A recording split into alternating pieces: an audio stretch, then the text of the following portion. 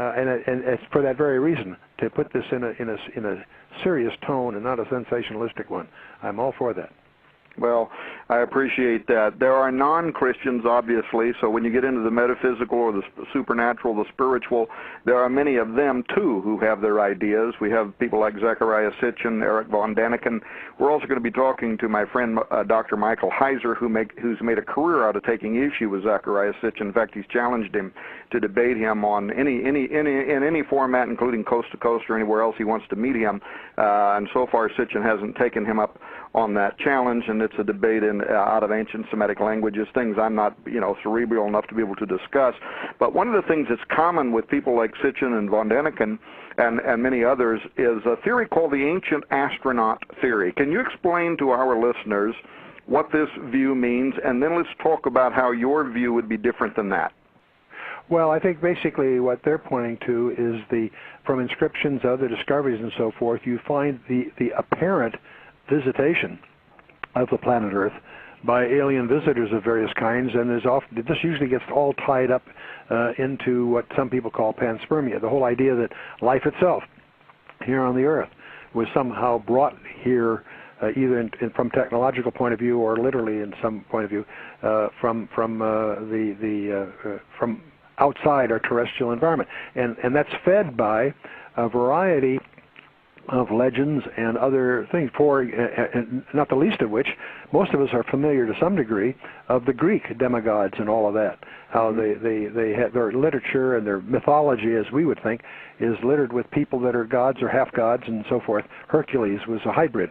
These are analogous to what in Hebrew would be called the Nephilim, which are the subject of Genesis 6 and all of that. But even if you get to the American Indians, if you read the biography of Bill Cody and so forth, you discover that they encounter not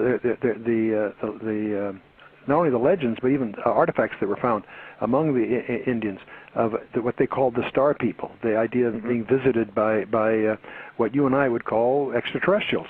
And now it turns out that these ideas and artifacts commemorating these ideas go back for many, many centuries to the dawn of time. So that's what leads to these speculations called panspermia, that life began that way.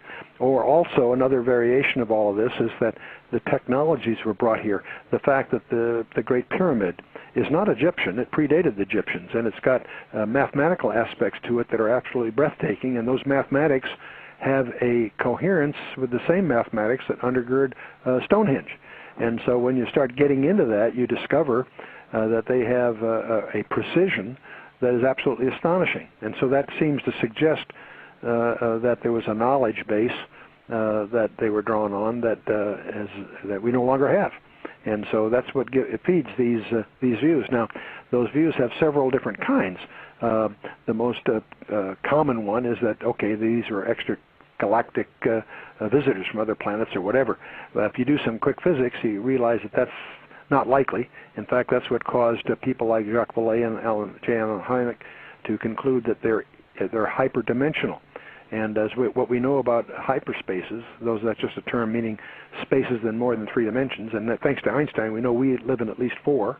Mm-hmm. And of course, if you follow the string theory types and so forth, there's ample evidence to indicate that we live in at least 10 dimensions. 4 are directly perceivable, are 3 spatial dimensions and time.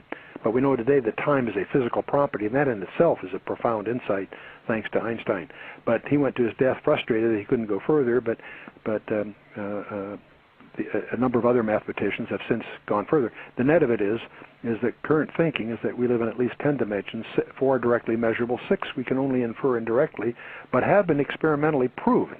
And so that leads to the whole study of hyperspaces, and the idea that these creatures, if they exist, may be hyperdimensional is the only way you can really explain their physics. The idea that they might be intergalactical it turns out to have real problems, unless the wormhole stuff and all that. It's much more directly rational, to me at least, that these things are hyperdimensional, and there are biblical reasons as well as particle physics reasons to favor that hypothesis. Now, what makes this fascinating to me is that if you read the writings of Nachmanides, that was a Hebrew sage that wrote in the 13th century, he concluded from his study of the Genesis text that the universe has 10 dimensions, 4 are knowable and 6 are not knowable. Well, what's startling when you encounter those perceptions from strictly textual reasons, they have a congruence with what we now have discovered from particle physics that it gets our attention. But so when you start talking about the Sitchin hypotheses and some of these other these attempts to they draw conjectures from Easter Island, from these various monuments and discoveries that are on the planet Earth that suggest this advanced technology, you quickly are entering a world in which you can't exclude from your thinking the possibility, if there are other creatures, are they creatures in the sense that we think of them, or is there a realm here that a biblical scholar would call demonic? In this, see, the other part of this, the other thing that J. Allen Hynek and Jacques Vallée both encountered, they regard some of these encounters as deceptions, and they weren't what they were pretending to be. And so that's one of the reasons they colored them negatively and recognized that there was dangers there.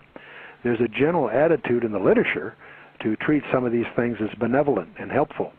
And there's other reasons to be very, very guarded and very careful, because if our biblical perceptions are correct, then these things have an agenda that may be hostile to us. And if they indulge in deceit, that's a warning sign, if you will. So it's hard to get in, to avoid getting into some of these what you might call fringe areas. Well, and even in the Royal Academy meetings, there are some of these scientists that are standing up and saying, you got Frank Drake now, who's wanting to put like a satellite or something 80-some million miles off the Earth to try to make better contact. But then there's some of these scientists that are standing up that are saying, wait a minute, are we sure? I mean, how do we know that these things are benign? How do we not know that they might be malevolent? And so there's been that theory out there as well too for some time, that given human nature and what humans have been able to do when you have a superior culture that is suddenly facing an inferior culture, and what humans have done, would aliens act something like that? Now, there are people who view, you were talking a moment ago about the Great Pyramids, the Great Pyramid. And there are some who view that obviously as predating most of the having been built by Khufu, that sort of thing, and that there is a knowledge that seems to have been built into the Great Pyramid that predates our known history, even Sumer. And some people look at that and they say, well, this is possibly evidence then that was left on the Earth by those that visited the Earth. And then they'll point to places like Mars. You remember some years ago when the face on Mars, much of that was in the news.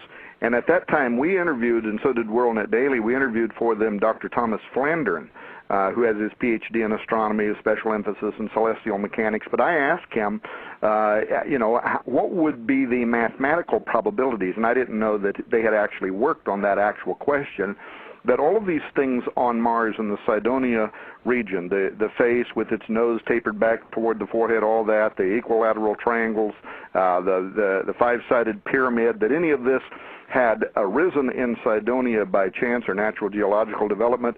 And he said that the scientists that he was working with at that time had actually concluded that the chances of this arising by chance were 1,000 billion to 1, so meaning mathematically impossible. Did you ever look into any of that? And the bigger question I wanted to ask you about this is, if we were ever, even if we're never faced with a living, breathing extraterrestrial, but that at some point we're, exploring some distant planet and we come across remains of an ancient civilization. It's not there anymore, but here are pyramids and other artifacts that seem to be similar to structures that were found on Earth. What would the effect upon our culture or society be, do you think? And secondly, do you think it's even possible that that'll ever happen?